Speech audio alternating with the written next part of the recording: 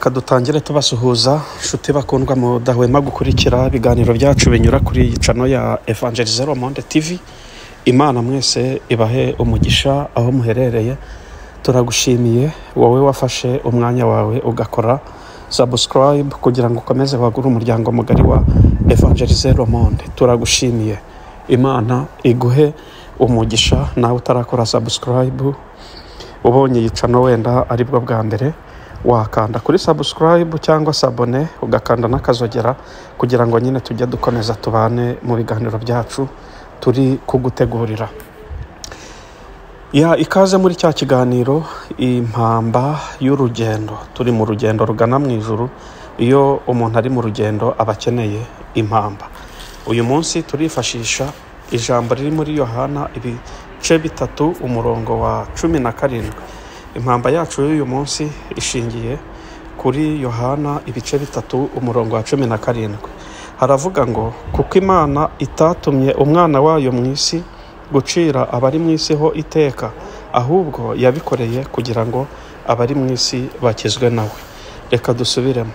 Kuko Imana itatumye umwana wayo mu isi gucira abari mu isi ho iteka, ahubwo yabikoreye kugira ngo abari mu isi bakizwe nawe.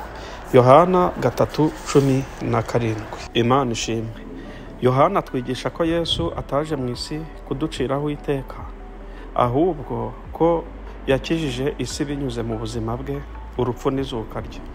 Birashoboka kuba byoroshye kumva warahawe akato cyangwa wicira urubanza, kuko ntabwo buri gihe tubona ko dukwiriye urukundo rw'Imana.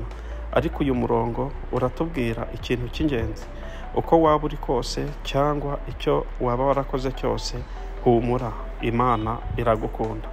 Imana ntabwo igerageza kukuzuza icyaha cyangwa kugora ubuzima bwawe, ahubwo ishaka icyakubera cyiza kandi irashaka kubaka umubano nawe.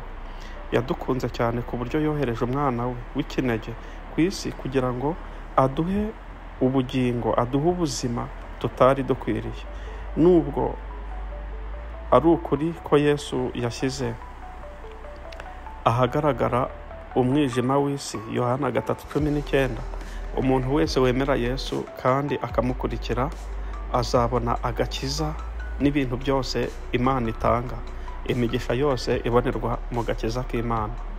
Niba duhisemo gukurikiza inzira y'isi aho gukurikira inzira za Yesu, ibikorwa byacu n'ibitekerezo byacu bizatuganisha ku gucirwaho iteka no gupfa. Ariko nidukurikiza Yesu tukizera ijambo ryayo, tuzabona ubuzima bw'iteka n'ubushuti bw'Imana. Fata umwanya wo gushima Imana kubw'impano idasanzwe y'ubugingo buhoraho iguha ku buntu. Komeza kugendera mu mucyo wa Yesu, uzi ko utagicirwaho iteka, ahubwo wababariwe ibyaha kandi ufite umudendezo.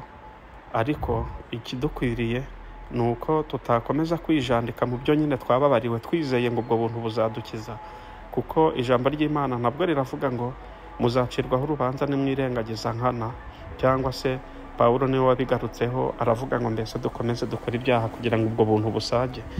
Rero niba utarakira Yesu nk'umwami n'umukiza wawe, icyo nakubwira nuko Yesu azagaruka kujyana itorero rye, kujyana abamwemeye, kandi nabwo azaza guciraho iteka abataramwizera bose. Imana idufashe kandi Imana ibahe umunsi mwiza. Shalom shalom.